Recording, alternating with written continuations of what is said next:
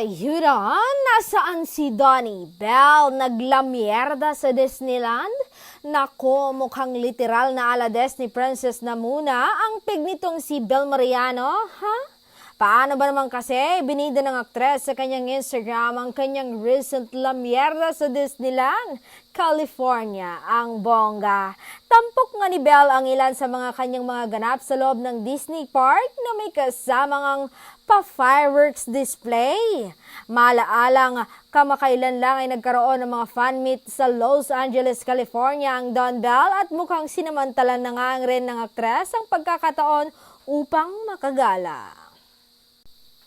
Marami naman ang pumuri sa outfit ni Belle dahil kahit nga raw simple lang ito ay bagay ay mukhang saucy pa rin kapag suot ng aktres.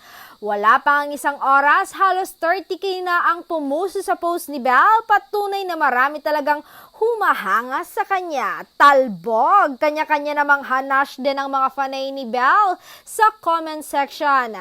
Ganda mo, so much, enjoy there, Belinda.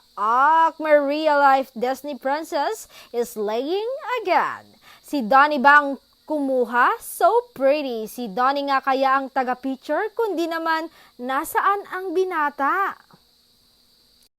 It's so nice to see nga na may time pa rin to have a good time ang mga celebs na tulad ni Bel Mariano. Despite her being loaded with work for sure, no? Important din talaga ang work-life balance para sa happy ang life.